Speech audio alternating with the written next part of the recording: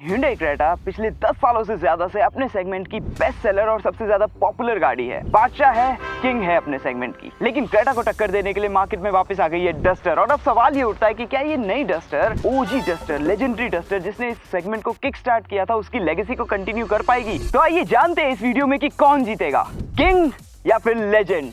Let's go.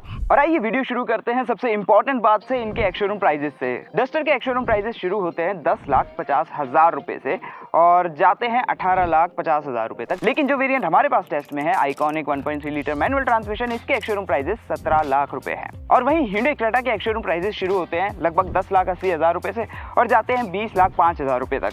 जिसका मतलब yes, जो रेनो डस्टर है वो काफी हद तक Hyundai क्रेटा को अंडरकट करती है प्राइसेस वाइज और काफी अच्छा कंपटीशन देती है। लेकिन इस वीडियो में क्योंकि डस्टर हमारे पास मैनुअल ट्रांसमिशन के साथ है, इसलिए हम उसको क्रेटा के किंग मैनुअल ट्रांसमिशन वाले वेरिएंट से कंपेयर करेंगे, जो लगभग उससे 27,000 रुपए महंगा है। अब जल्दी से एक क्विक डिस्कशन इनके डिजाइन के ऊपर भी कर लेते हैं और क्रेटा से शुरू करते हैं, जिसका डिजाइन काफी अर्बन एसयूवी वाला है। इसमें आपको काफी सारे मॉडर्न टचेस भी मिलेंगे, जैसे कि कनेक्टेड DRLs हो गए, कनेक्टेड टेल लैंप हो गया, साथ में आपके पास 18 इंच रिम्स है, अच्छी खासी ग्राउंड क्लियरेंस है। ओवरऑल दिखने में ये गाड़ी काफी कर्वी और काफी सॉफ्ट दिखती है। On flip side new Renault Duster काफी ज्यादा रगेड और बॉक्सी डिजाइन के साथ आती है। इस गाड़ी को देखते ही लगता है कि आप इसको कहीं भी ऑफ रोड लेके जा सकते हो, ये बिल्कुल रेडी है। हाँ, इसके डिजाइन में भी आपको कुछ मॉडर्न एलिमेंट्स मिलेंगे, जैसे कि रियर में आपके पास कनेक्टेड टेल लैंप है, 18 इंच के रिम्स हैं, उनके साथ जो आपको टायर प्रोफाइल मिलती है वो भी व्हील एक्सिस को काफी अच्छे से फिल करती है। लेकिन यहाँ पे सबसे ज्यादा इंपॉर्टेंट पॉइंट जो नोट करने वाला है कि dimension wise new duster Hyundai Creta से हर एक एस्पेक्ट में थोड़ी थोड़ी बड़ी है।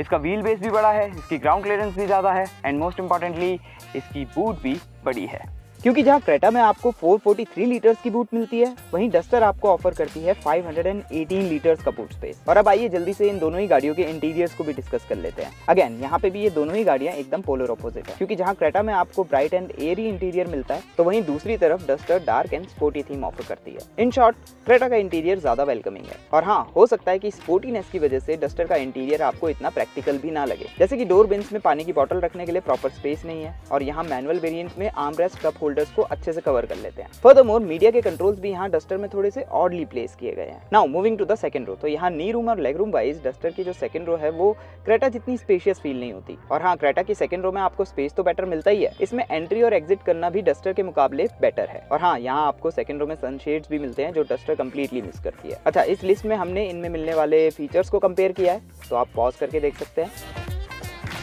और ये है इनकी सेफ्टी फीचर्स की लिस्ट और ये हैं इनमें मिलने वाले ADAS फीचर्स। अच्छा, एक इंपॉर्टेंट पॉइंट देखिए, क्योंकि रेनो डस्टर एक नई गाड़ी है, एज अ रिजल्ट इसमें आपको क्रेटा से ज़्यादा फीचर्स मिलते हैं, जैसे कि पावर टेलगेट हो गया। यहाँ डिजिटल ड्राइवर डिस्प्ले के ऊपर एक फीचर है जो बेसिकली सामने वाली गाड़ी से डिस्टेंस आपको बताता है सेकेंड्स में, और ये भी बताता है कि आप सेफ जोन में हो या नहीं। काफ़ी हैंडी फीचर है ये। प्लस इसमें ADAS फीचर्स को कंट्रोल करना बहुत ही ज़्यादा इजी है। बेसिकली आपको यहाँ पे एक बटन दिया हुआ है, जिसमें से एक मोड तो है कि सारे फीचर्स ऑन हो जाएंगे, देन जब आप इसको दूसरे मोड में डालोगे तो आप अपने हिसाब से उस मोड को कॉन्फ़िगर कर सकते हो कि आप कौन सा फीचर ऑन चाहते हो, ऑफ चाहते हो, अपने हिसाब से डिसाइड कर सकते हो।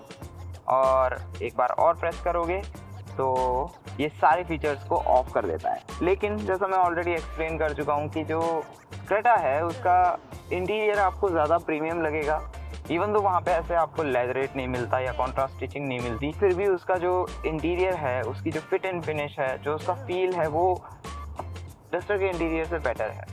और डस्टर के इंटीरियर में एक ऐसी चीज़ है जो कि मेरे OCD को बहुत ज़्यादा ट्रिगर करती है। देखिए, यहाँ पे जो कॉन्ट्रास्ट स्टिचिंग जा रही है और जो डैशबोर्ड की कॉन्ट्रास्ट स्टिचिंग है, ये येलो कलर में या नियॉन कलर में, ये दोनों आपस में मैच नहीं होती हैं। बहुत ज़्यादा OCD ट्रिगर होता है मेरा इस वजह से।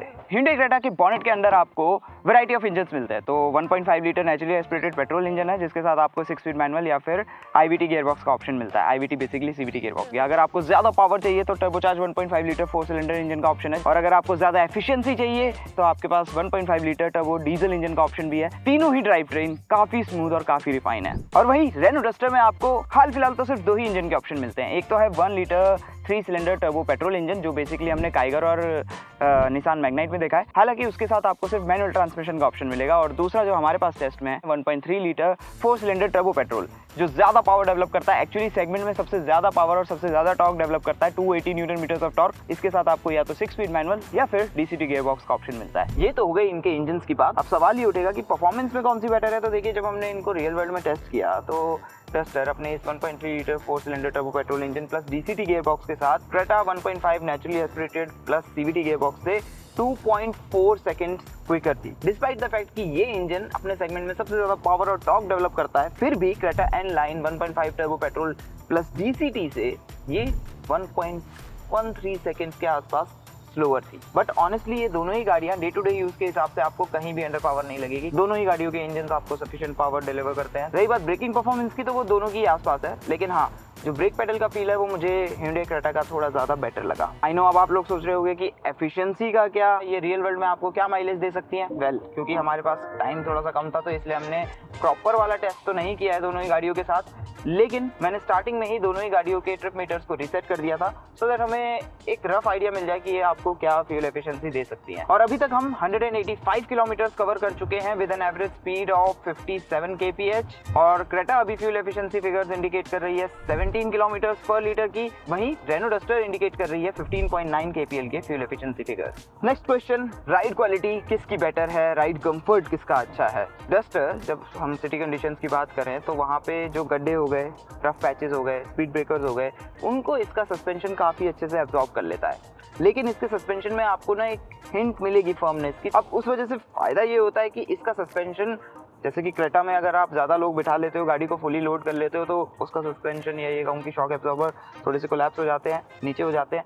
इसमें आपको वो चीज़ फील नहीं होगी, जिस वजह से पहली बात तो आपकी ग्राउंड क्लियरेंस भी ठीक ठाक मेंटेन रहेगी और दूसरा आपका राइड कंफर्ट भी सिटी कंडीशंस में अच्छा मेंटेन रहता है। On the other hand, city conditions के हिसाब से क्रेटा का राइड कंफर्ट आपको एक्चुअली डस्टर से बेटर लगेगा। क्यों? क्योंकि जो इसका सस्पेंशन है वो थोड़ा सा सॉफ्टर साइड पे है। As a result Creta rough patches को, गड्ढों को और स्पीड ब्रेकर्स को बेटर वे में मैनेज करती है, ज़्यादा एब्जॉर्ब कर लेती है और किसी भी तरह का जो जोल्ट है वो कैबिन में नहीं आता है। जो इसकी राइड है हाई स्पीड पे, वो थोड़ी सी बहुत माइनर से उसमें आपको बाउंसेस फील होते हैं, तो it is not as settled as Duster. High speed पे क्रूज करते टाइम डस्टर के स्टीयरिंग से आपको काफ़ी अच्छा कॉन्फिडेंस मिलता है, काफ़ी अच्छा वेट है इसमें, काफ़ी प्लांटेड भी लगती है ये आपको। ये भी नोट करने वाली बात है कि इसकी जो सीट्स हैं वो थोड़ी सी आपको फर्म लगेगी, लेकिन ये ज़्यादा सपोर्टिव है, जिससे लॉन्ग ड्राइव्स आपकी ज़्यादा कंफर्टेबल रहेंगी। हाई स्पीड पे क्रूज करते टाइम क्रेटा में भी जो आपको स्टेबिलिटी मिलती है, स्टीयरिंग से जो आपको वेट मिलता है, वो भी अच्छा है, कॉन्फिडेंस इंस्पायरिंग है, बट डस्टर लेवल जितना नहीं है। लेकिन डायनेमिक्स की अगर मैं बात करूं, बॉडी रोल और बॉडी पिच वगैरह की, तो वो डेफिनेटली डस्टर ने ज़्यादा बेटर मेंटेन की हुई है, क्योंकि हाँ, क्रेटा में आपको बॉडी रोल वगैरह फील होता है। तो बेसिकली मतलब ये है कि डस्टर की हाई स्पीड पे स्टेबिलिटी बेटर है, प्लस उसकी राइड आपको ज़्यादा सेटल्ड भी लगेगी। सिटी में डेली कम्यूट करने के लिए कौन सी रहेगी इन दोनों में से आपके लिए बेटर? डस्टर का स्टीयरिंग आपको नाइस एंड लाइट लगेगा, तो इसको मैन्यूवर वगैरह करना काफ़ी ज़्यादा ईजी है, चाहे आप टाइट स्पेसेस की बात करो, कहीं पे इसको पार्क करने की बात करो, या फिर बात करो आप इसको पतली गलियों में नेविगेट करने की। सिटी में अपने डे टू डे कम्यूट के हिसाब से क्रेटा आपको ज़्यादा बेटर लगेगी, क्योंकि नाइस एंड लाइट स्टीयरिंग यहाँ भी आपको मिलता है। लेकिन क्रेटा के पास एक बहुत बड़ा बेनिफिट ये है कि क्रेटा का क्लच आपको डस्टर से काफ़ी बेटर लगेगा, क्योंकि ये काफ़ी लाइट है और जो इसका रिस्पॉन्स है वो भी काफ़ी पॉजिटिव है, और इसको एंगेज करना भी, बाइटिंग पॉइंट ढूंढना भी काफ़ी इजी है। गियर चेंजेस हैं वेरी स्मूथ। ये चीज़ डेली कम्यूट के लिए क्रेटा में आपको ज़्यादा बेटर लगेगी, जिस वजह से मैं ये सजेस्ट करूँगा कि आप डस्टर के मैनुअल ट्रांसमिशन को इग्नोर करते हुए डीसीटी को ऑप्ट करिए। प्रॉब्लम पता है क्या है कि इसका क्लच कंपेयर टू क्रेटा थोड़ा हैवियर लगेगा आपको, प्लस जो इसका बाइटिंग पॉइंट है ना क्लच का, वो भी फाइंड आउट करना थोड़ा सा डिफिकल्ट है, और ये थोड़ा सा स्प्रिंगी भी है। हालांकि जो गियर शिफ्ट्स हैं वो आपको काफी नाइस एंड स्मूथ लगेंगे, काफी सेटिस्फाइंग है, but at the same time जो इसके गियर रेशियोज हैं वो काफी लॉन्गर हैं, जिस वजह से प्रॉब्लम ये होती है कि जब आप बम्पर टू बम्पर ट्रैफिक में इसको ड्राइव करोगे तो आपको काफी फ्रिक्वेंटली गियर चेंज करते रहना पड़ेगा।